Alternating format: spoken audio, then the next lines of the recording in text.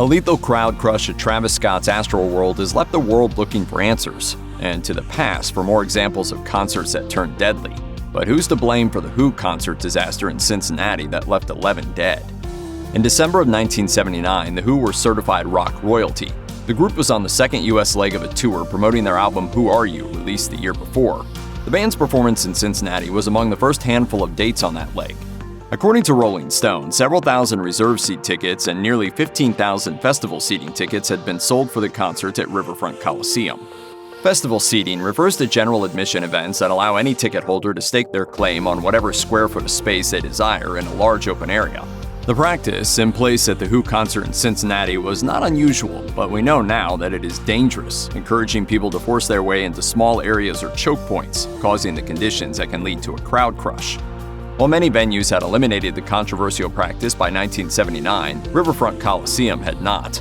The reason why was likely simple: it made money.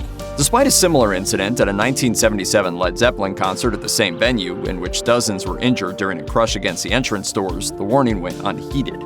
Festival seating was a good deal for promoters. Rolling Stone recounted the story of a concert-goer named Richard Klopp, who noted his concerns about dire crowd crush concert experiences he'd had in a letter to the media and municipal authorities.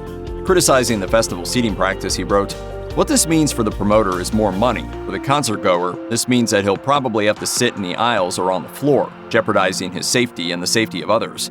If a fire or general panic were to break out, many people would be trampled to death."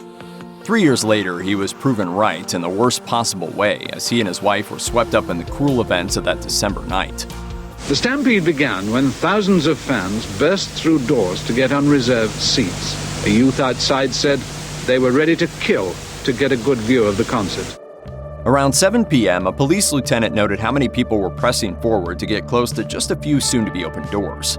When he approached the promoters with the solution of readying more entrances to better distribute the crowd, he was told by promoters that not enough ticket takers were working to enable them to open more sets of doors. It was too late anyway. Around 7:20, the crowd surged and one set of doors shattered. Others were pushed open. With no visible security and too few police, those trying to control the situation were simply overpowered. Concertgoers streamed through the entry en masse. It would be nearly half an hour before police could make their way through the crowd. As attendee Mark Helmkamp later described the scene to Rolling Stone, "It was a slow squeeze, not a stampede. I was stuck in it for 45 minutes. I went down twice and wasn't sure that I would make it. I saw guys with blue lips. They couldn't get oxygen." Phil Sheridan went on to describe the crush of people trying to get through turnstiles, some 3 at a time, as ticket takers tried in vain to ask for their tickets. He went on to describe feeling a tug on his arm amid the crush of bodies, only to look down and see a young woman asking for his help. He told Rolling Stone, "It's this girl and her head was at my waist and she said, 'Excuse me, my feet are back there somewhere.' She was horizontal." Another concertgoer looking back at the incident decades later described surviving similar circumstances. Heading towards the door, there was 2 or 3 times my feet weren't even on the ground. I was just moving forward. 11 people were killed by asphyxiation in the crush and dozens were injured. Despite the horrifying scene, fire officials told the promoters to go on with the show because they feared canceling the show would cause a riot. As a result, the Who played their entire show before being taken backstage and informed of the tragedy that had occurred. Some might be surprised to learn that the majority of those killed in crowd incidents like these are actually squeezed to death rather than trampled. A crowd surge can cause forces powerful enough to bend steel, making human bodies especially vulnerable to asphyxiation or other injury when they're caught up in one. A UK inquiry into a similar crowd crush scenario, the Hillsborough disaster that took the lives of 97 people, issued a report that was terrifying in its clinical simplicity. Survivors described being gradually compressed, unable to move, their heads locked between arms and shoulders, faces gasping in panic. They were aware that people were dying and they were helpless to save themselves. Crowd control experts shy away from using words like stampede or condemning the panic of those caught up in a crowd crush situation because it implies the people in the crowd themselves are to blame.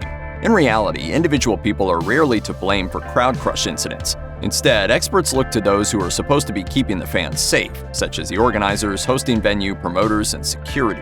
In the aftermath of the event, Cincinnati banned festival seating, though it lifted the ban some 24 years after the disaster, citing improvements in crowd control procedures.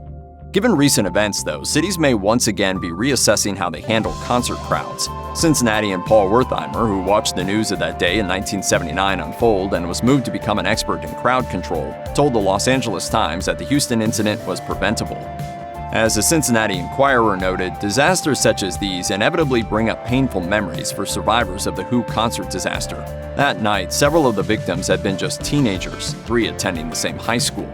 In 2019, The Who's Roger Daltrey made a visit to that high school to meet with organizers of a scholarship fund in memory of those students. The visit represented a real moment of healing for many. Daltrey's bandmate Pete Townsend also announced that year that The Who would soon be returning to play Cincinnati for the first time in 4 decades.